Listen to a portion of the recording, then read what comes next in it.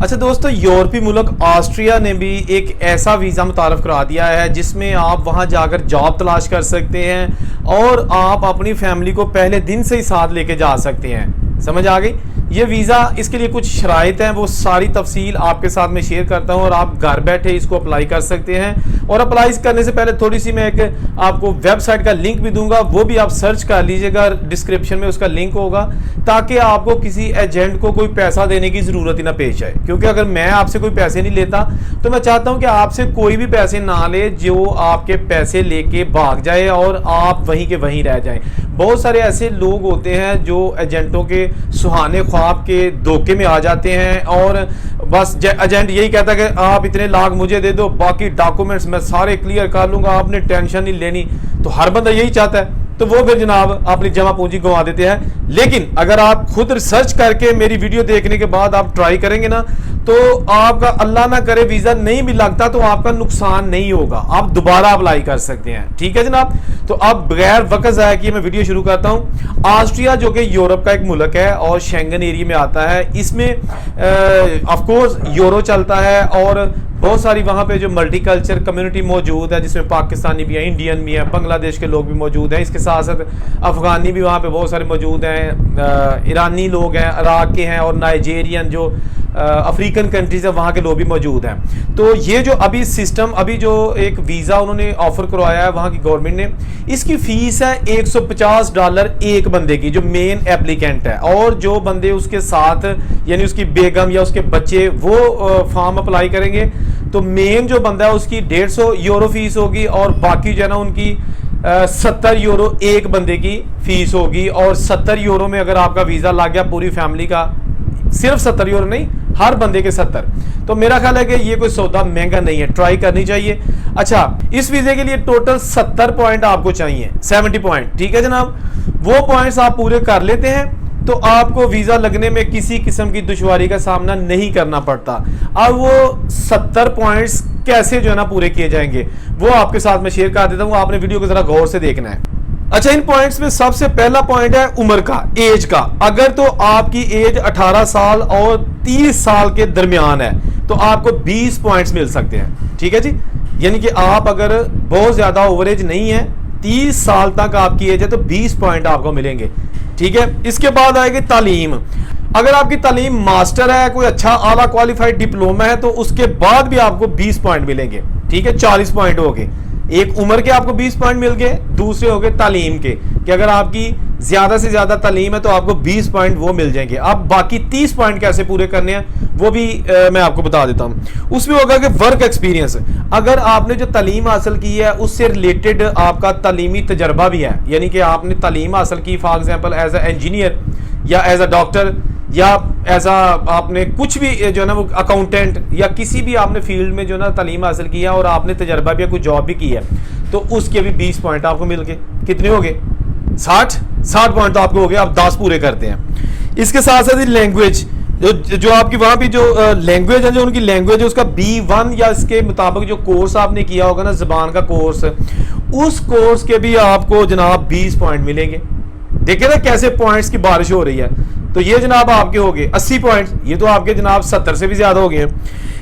Austria ने इस वीजे का नाम रखा है कैट डी वीजा। ठीक है ना, इसमें आप खुद भी जाते हैं और फैमिली को भी साथ लेके जा सकते हैं। इसके अलावा वहाँ पे बहुत सारी अपॉर्चुनिटीज लोगों के लिए मौजूद है, तालीमी म्यार वहाँ के बहुत अच्छा है। इसके साथ साथ जो हमारी पाकिस्तानी कम्युनिटी है उनके अपने रेस्टोरेंट्स हैं, वहाँ पे बहुत ज़्यादा ऐसे लोग हैं जो अपने रेस्टोरेंट्स वहाँ पे चलाते हैं। और इसके साथ साथ वहाँ पे फैक्ट्रीज में भी जो लोग काम करते हैं, फैक्ट्री का जो वो भी अच्छी अर्निंग हो जाती है। और असाइलम लोग करते हैं, जो लोग विजिट वीज़े पे चले जाते हैं वो वहाँ जाके असाइलम भी करते हैं। अच्छा, असाइलम के दौरान मैं आपको थोड़ी सी ये बता दूं कि जो यूरोपियन कंट्रीज़ है ना, ये आपको असाइलम की दरख्वास्त जो ही आपकी लेते हैं, इसके साथ ही आपको घर भी आपको अगर चाहिए होगा तो वो भी देते हैं, या फिर आपको पैसे भी वो देते हैं कि आपके केस का जब तक फैसला नहीं होता आप पैसे लें और आराम से ज़िंदगी बसर करें। तो वो खर्चा इतना काफ़ी होता है कि आप कम से कम वहाँ रह सकते हैं। लेकिन बात यहाँ ख़त्म नहीं होती। जो लोग असाइलम करते हैं वो जनाब वहाँ काम भी कर लेते हैं। बेशक उनको काम करने की इजाज़त नहीं होती, लेकिन थोड़े पैसों पे किसी ना किसी जगह वो काम कर लेते हैं और अपना गुजारा ठीक ठाक कर लेते हैं। ऑस्ट्रिया में बहुत सारे लोग जो है ना वो स्टडी के लिए भी जाते हैं। ऑस्ट्रिया का वीज़ा, स्टडी वीज़ा मिलना कदरे आसान है कनाडा या अमेरिका या ऑस्ट्रेलिया की निस्बत। बहुत सारे लोग ढंकी लगा के भी वहाँ पे मौजूद हैं। मेरा ऑस्ट्रिया में एक दोस्त रहता है, उसने बताया कि मेरे घर में जो वो शेयरिंग में रहता है, उसने कहा मेरे घर में एक फैमिली रहती है और वो विजिट वीज़े पे आई थी, मियाँ बीवी हैं और 2 उनके बच्चे हैं। विजिट वीज़े पे वो आए थे फ्रांस और वो ऑस्ट्रिया चले गए, पता नहीं क्यों।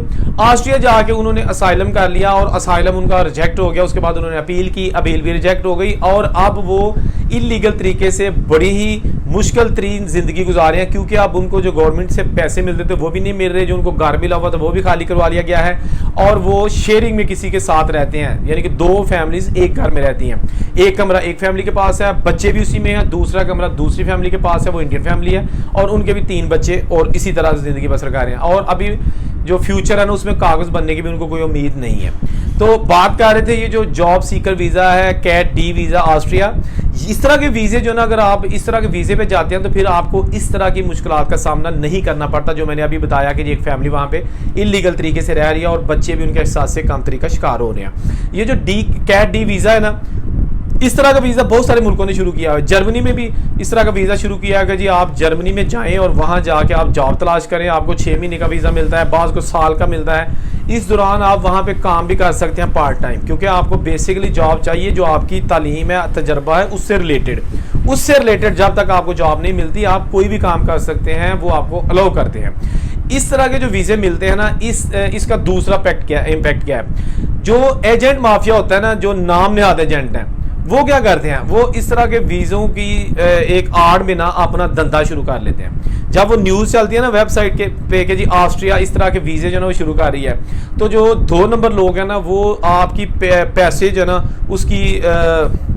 तो जो 2 नंबर लोग हैं ना उनकी नज़र आपकी जेब पर होगी कि अब लोगों को हम बेशक बड़े अच्छे तरीके से बेवकूफ़ बनाएंगे तो वो बन जाएंगे, क्योंकि उन्होंने कहना है कि भाजी देखो खबर, और खबर तो सच होती है, इसमें तो कोई शक नहीं होता। वो कह रहे थे देखें जी ऑस्ट्रिया को ये वीज़ा जो ना कैट डी वीज़ा शुरू कर दिया है, इसमें आप वहाँ जा सकते हैं, फैमिली को भी लेके जा सकते हैं, सिर्फ आपने हमें 50 लाख रुपया देना है, सारी फैमिली आपकी यूरोप भेज देंगे। अब वो 50 लाख रुपया टोटल वो गैर कानूनी तौर पर ले रहे हैं, जालसाजी के साथ ले रहे हैं और वीज़ा फिर भी नहीं लगवा के देंगे। लेकिन लोग जब वेबसाइट देखेंगे तो कहेंगे यार ये बात बंदा ठीक कर रहा है, वीज़े तो वाकई उन्होंने शुरू किए हैं। वो भाई वीज़े शुरू किए हैं लेकिन आपने खुद उसका प्रोसेस करना है और एम्बेसी में आपका इंटरव्यू भी होगा, ठीक है ना। ये नहीं कि आप घर बैठे हैं और आपने कंप्यूटर में वीज़ा अप्लाई कर दिया, तीसरे दिन वीज़ा आ गया, ऐसा नहीं है। उसका प्रोसेस होगा, तैयारी आप करें, तैयारी करने के बाद आप उसको वीज़ा का अप्लाई करें और वीज़ा भी आपने खुद अप्लाई करना है। मैं उसका लिंक डिस्क्रिप्शन में जो है ना वो दे दिया है, आप वो देख सकते हैं।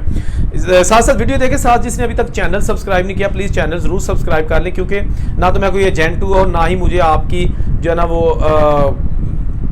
और ना ही मुझे आपके पैसों की ज़रूरत है। मैं तो जस्ट आपको फ्री ऑफ कॉस्ट इन्फॉर्मेशन देता हूं ताकि आप लोगों की जमा पूंजी ज़ाया ना हो, क्योंकि मुझे बहुत सारे लोग कमेंट करते हैं और कहते हैं कि जनाब एजेंट साढ़े पैसे खा गया, इतने लाख लेके नस गया, अब फ़ोन नहीं उठाता, ये है वो है। ऐसा नहीं है, डंकी लगा के कभी ना जाया करें बाहर। इसके साथ साथ आप वहाँ जाके फजूल में असाइलम भी मत किया करें, इससे ना सिर्फ मुल्क की बदनामी होती है बल्कि आपका असाइलम भी अप्रूव नहीं होता, फिर आपका पासपोर्ट भी ख़राब हो जाता है। तो ये जो होते हैं ना जॉब सीकर्स वीज़े या आपको वर्क परमिट्स देते हैं या सीजनल वीज़े होते हैं, बहुत सारे ऐसे कंट्रीज हैं जिनके सीजनल वीज़े होते हैं, यानी कि जो एग्रीकल्चर सेक्टर है, ज़रायत है, खेती बाड़ी है, उसके वीज़े निकलते रहते हैं 6-6 महीने के लिए, 1-1 साल के लिए।